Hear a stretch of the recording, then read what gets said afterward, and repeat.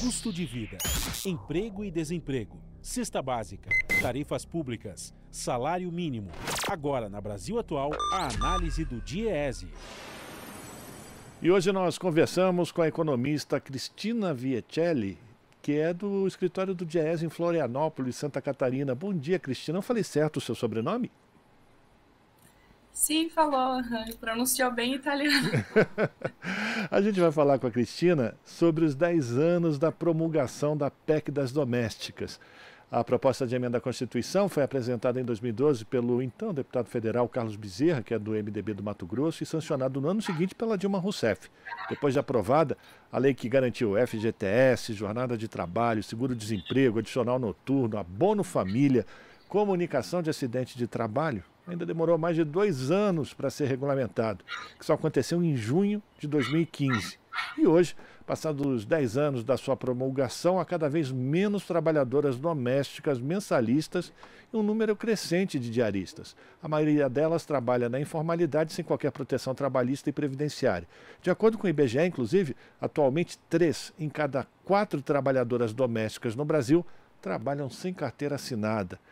Cristina, essa situação, ela é exclusiva para as trabalhadoras domésticas ou ela também é um reflexo de todo o processo de desmonte que o mundo do trabalho passou nos últimos 6 anos, por exemplo? Como é que você avalia hoje a situação da PEC das domésticas, o trabalho das domésticas no país?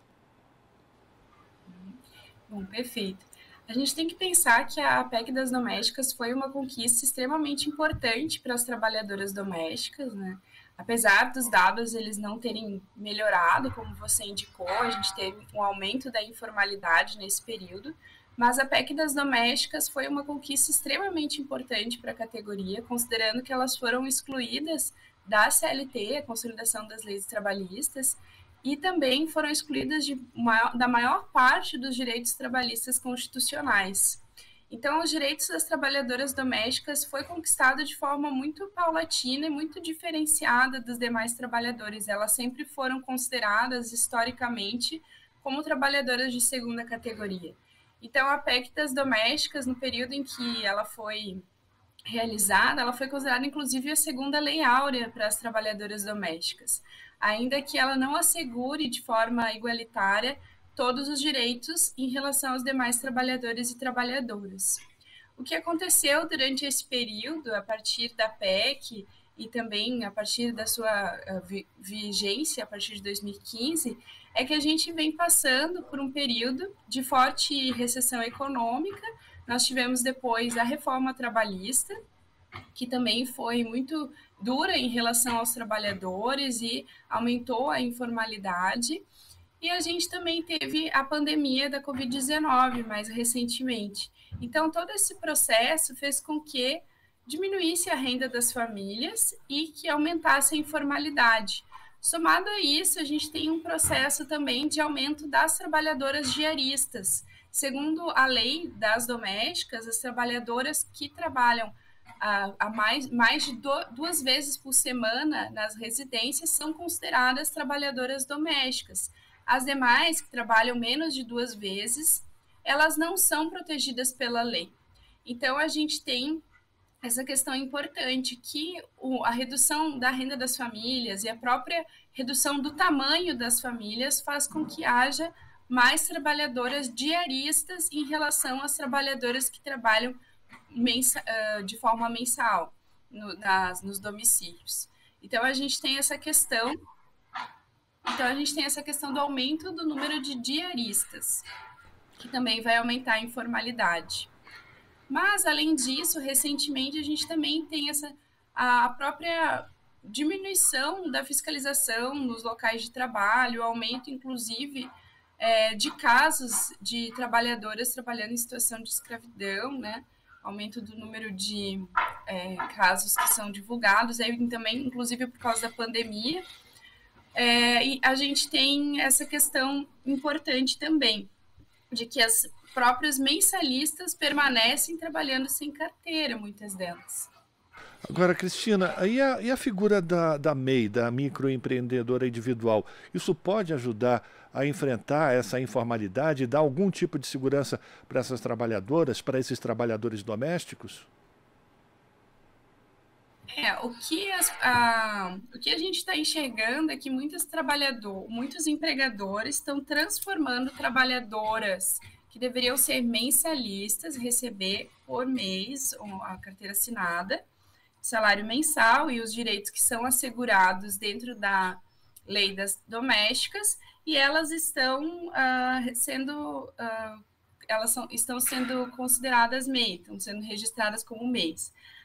Como MEIs, elas têm acesso a alguns direitos, né, como aposentadoria por idade, salário maternidade, auxílio-doença. No entanto, o MEI ele não garante férias remuneradas, 13º salário, não garante a jornada de trabalho regulamentada, como é feito pela lei das domésticas, né, que tem a garantia de hora extra, hora de trabalho em viagens, hora de trabalho noturno, né? Então não tem a regulamentação do ponto, que é muito importante também para a categoria, considerando que as mensalistas elas possuem jornadas muito extensas, e essa jornada de trabalho, como é um trabalho que está muito vinculado ao domicílio, muito relacionado com as relações familiares, elas acabam trabalhando muito mais do que uma jornada mais extensa do que a jornada regulamentada em outros locais que não são em domicílio. Então, essa é uma questão também para as trabalhadoras domésticas, desvincular esse trabalho de um trabalho que seria considerado familiar, ou como se elas fossem consideradas da família. O que não acontece com as MEIs. Então, a MEI até é algo que pode ser interessante para algumas trabalhadoras, principalmente as diaristas, mas muitas delas também não têm conhecimento que elas precisam fazer o aporte a contribuição para o MEI, né? E acabam, inclusive, ficando em dívidas, né, com a Previdência. Então, isso é uma questão importante, assim. É importante que essas trabalhadoras, primeiro, que os empregadores, eles estejam regulares, né? Entendam que trabalhadora mensalista, mais de 2 dias, necessariamente tem que receber carteira assinada, mais de 2 dias na semana. E as trabalhadoras diaristas é um desafio agora, assim como para os demais trabalhadores informais, de assegurar os direitos à previdência, os direitos trabalhistas em geral para esses trabalhadores também. A gente está conversando com a Cristina Vietelli, que é economista técnica do Diese em Florianópolis, Santa Catarina, sobre os 10 anos da promulgação da PEC das domésticas. Cristina, a gente falou aqui 10 anos de promulgação, mas ela só foi regulamentada em 2015, logo em seguida veio o golpe contra a presidenta Dilma Rousseff.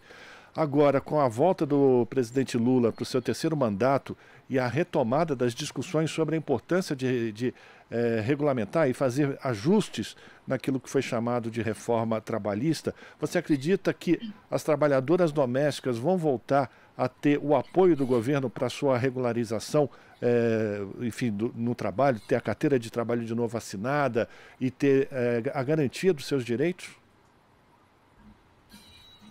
A ideia é que agora, no novo governo, a gente consiga avanço sim, né?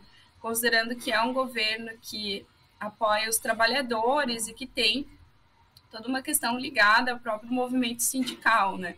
Então, a gente enxerga que, por exemplo, as trabalhadoras domésticas, essas conquistas, elas foram...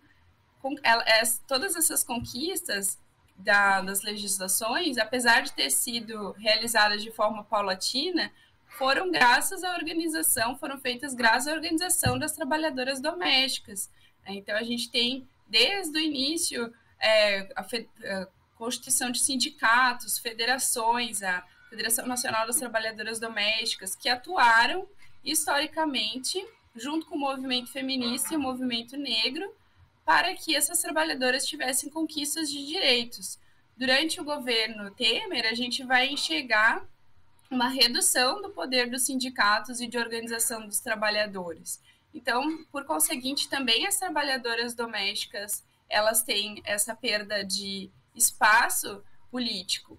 Então, no novo governo, a gente espera que as trabalhadoras domésticas e a organização das trabalhadoras domésticas se fortaleça e que, por conseguinte, a gente consiga conquistar novos direitos para essas trabalhadoras, né? Considerando que elas têm direito, por exemplo, à convenção coletiva de trabalho, a acordos coletivos de trabalho. Algumas trabalhadoras domésticas de São Paulo, Campinas, já têm assinado acordos coletivos. Então, o reconhecimento do sindicato, fortalecimento do sindicato, a difusão de informações para as trabalhadoras domésticas através do movimento sindical é muito importante para que essas trabalhadoras consigam primeiro reconhecer os seus direitos, porque muitas delas, como eu disse, elas trabalham como mensalistas, têm direito à carteira, mas não recebem, muitas vezes porque não sabem que têm esses direitos.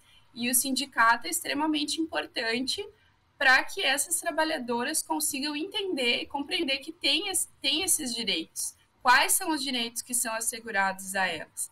Então, eu acredito que com o fortalecimento do movimento sindical e dos movimentos sociais que estão ligados às trabalhadoras domésticas, ao movimento feminista, ao movimento negro, considerando que a maior parte dessas trabalhadoras são mulheres, 97% são mulheres negras, é um assunto muito caro para as mulheres, especialmente para as mulheres negras, e que vem sendo negligenciado nos últimos anos, como você falou. Tá certo. Quero agradecer aqui a participação da Cristina Vietelli, que é economista do DIEESE em Florianópolis, falando sobre os 10 anos da promulgação da PEC das domésticas. Cristina, muito obrigado pela tua participação, um abraço para você e a gente volta a se falar mais vezes. Eu que agradeço a oportunidade. Parabéns pelo programa. Um bom dia. Bom dia, até uma próxima. Conversamos com Cristina Vietelli aqui no Jornal Brasil Atual. Estamos apresentando Jornal Brasil Atual. As notícias que os outros não dão.